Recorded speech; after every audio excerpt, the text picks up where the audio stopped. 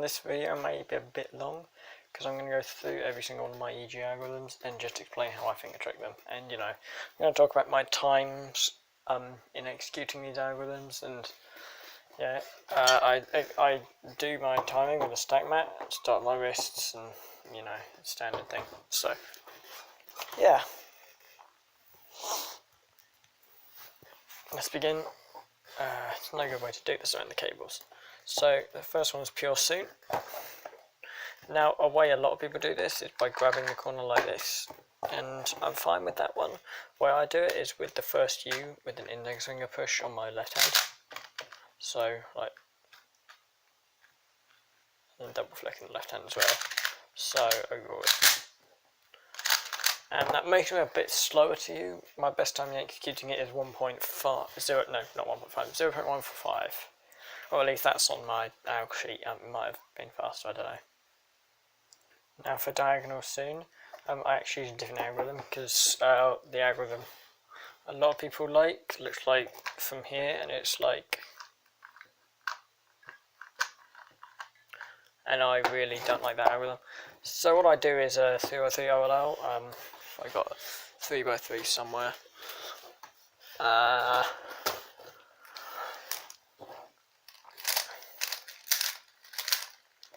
This OLL.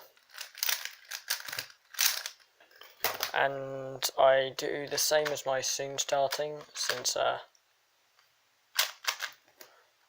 it's the same 4 moves.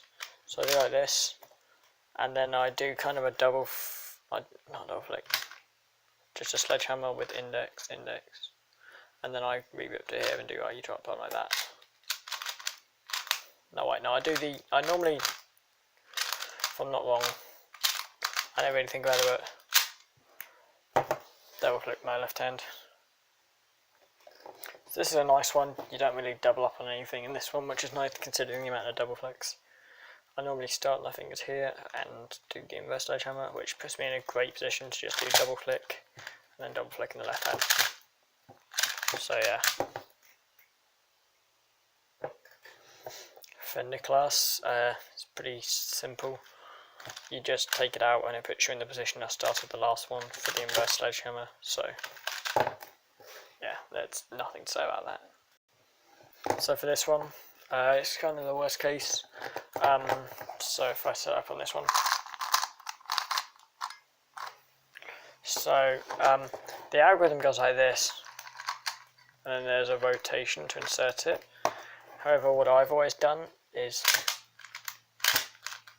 and then when I've got to here, I use this insert, so F, R prime, F prime. It does the same thing, but I think it kind of flows better instead of the rotation. Still not a nice algorithm really, but I don't want to change it because I got kind of fast the one I've done. And my best time for executing that one 0.56, so it's by no means bad. So for this one, I'd start with the LU2, but I imagine it as R prime F2 normally. And I normally have these 2 fingers free over here so I can come back with that. And then I do a kind of weird sledgehammer at the end, because you have to double up either way, but I've done it 0.46, and I've done it faster than that. I think I've had it sub 0.4 before, but there we go. This is just what I've got in my sheet. So anti-soon, I have 2 different algorithms. So for the RU2 R prime one, just the inverse of soon, I do a double flick here, and then I do the U moves as a double flick. So index, middle finger. But I also do back soon. So for this one, I do the same finger tricks, same double flicks, same alternating U primes. So there's nothing really to say about that. 2 different algorithms I use for diagonal anti-soon. So there's this one where it's re-gripless anyway. You just have to kind of do it. Not really going to explain that one. For this one, I use the inverse of how I do my diagonal soon. So I'll do like that, and then I'll re-grip kind of to do the inverse sledgehammer, and then index middle for the U primes. So this should be fairly self-explanatory given the mirror, so I'm just going to do it. Again, as it's Nicholas, self-explanatory considering the last one. So the algorithm I use for this case on 2x2, it's a bit different to the most common, but I like it. It goes like this. And I do this first F prime with my index finger, the U prime with my middle finger, and then finish the last F prime with my index again. So for this case, I didn't like doubling up on a finger, so though it requires a bit of a regrip, I do it like this, and then I regripped there for that. And I've had it 0.34 before, so that's fine. This case, I've never really been great with. I've got two algs for it. It's one for when these match for no AUF, but if it has a U2 AUF, I know a separate one. So yeah, for this it's just I do the F prime. Obviously move F prime. There's nothing really interesting about that. The other one is the 3x3 OLL for this case. And it skips. And I've got them both sub 0.5. For this case, fairly easy. Double flick right hand. This is a bit of a weird one. You do have to kind of double up a bit. So you just got to kind of know how to alternate right.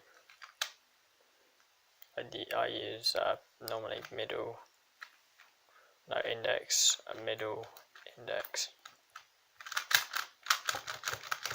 But that's never consistent, I just do whatever comes to me at the time. It's a bit of a annoying one to try and finger trick well, but that being said, my fastest time for it is 2.5, so that's fine.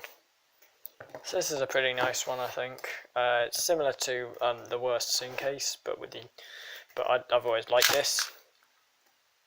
And yeah, instead of rotating like you do on the sin case, this is where I got the idea from. I kind of just do F, R2, and then the F prime while my hand's over here. Now, this makes it a bit weird to AUF, so that's why I kind of rig up and do wrist turn sometimes for AUF for that case. Just realised I wasn't recording for slash cases, but for the first one, I use, if I show you,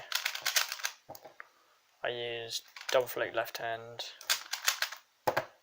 double flick right, whatever. So I just alternate the double flick, because all you got to know for those cases. Do I even have to explain that? So this is a bit of a weird one. I found the most consistent way to not fail this algorithm is just to spam the U primes. So literally just. Otherwise, if I try any other way, I just fail the algorithm, so I'm not going to try and do anything fancy with that one. So for this case, it's two algorithms actually, so I should probably set the other one up. So for this one, there's nothing that interesting. Double flick, like that. This one's kind of a weird one. So Z rotation U2, or you can do R2 and the Z rotation at the same time. And then you do R prime U prime. Yeah, and then there's nothing really to say about it after that. Checkerboard pattern, start like this. And then I come the other way, so I do U2 normal to the prime. Is the only way to make that kind of fast, to be honest. So yeah. So I don't use the most common algorithm for this one, weirdly. So do it from here and double click left hand because I'm going to U next. Double click right hand again. So it's two left hand double flicks and a right hand double flick is the most important thing to know for that. And for this one, there's nothing really interesting about this one. Double flick there is all really. Don't know what I did there. Oh well. Alright, these I'm not really going to go into that much detail about at all because they're so easy. So this one's an awful algorithm, diagonal T. Start like that, need the double flick there, double flick here again, and right hand just because it's the most convenient really.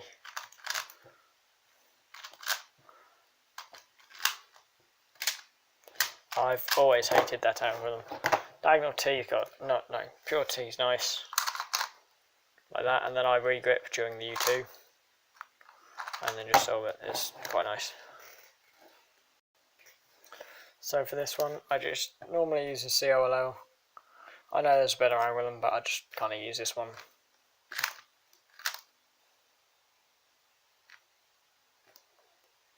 And I've done it wrong. One sec.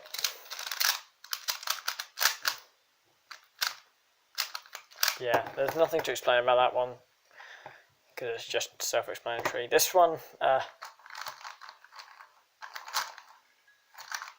so double flick is the only thing to say about that. 2 algs for this next case, so I do F prime, and then there's nothing really to explain because it's the inverse of another one where, yeah. This one is a 3x3 OLL, so I switch index swing, and in my opinion it's pretty fast. So yeah, for this case I like start down here. So for this case I don't know why I've always done it like this, but I've kind of pushed up with this thumb to start the inverted sledgehammer. I don't know, it's just a thing. Right, for this one you do the U2 with left hand both times because you do all the sledgehammer stuff with your right hand, so you moves are mostly with the left hand. So the left hand's just for the U moves and F prime and whatnot. There you go. And then for this case, well, I've always used a bad algorithm for this, but for the actual one, you can do, yeah, you can do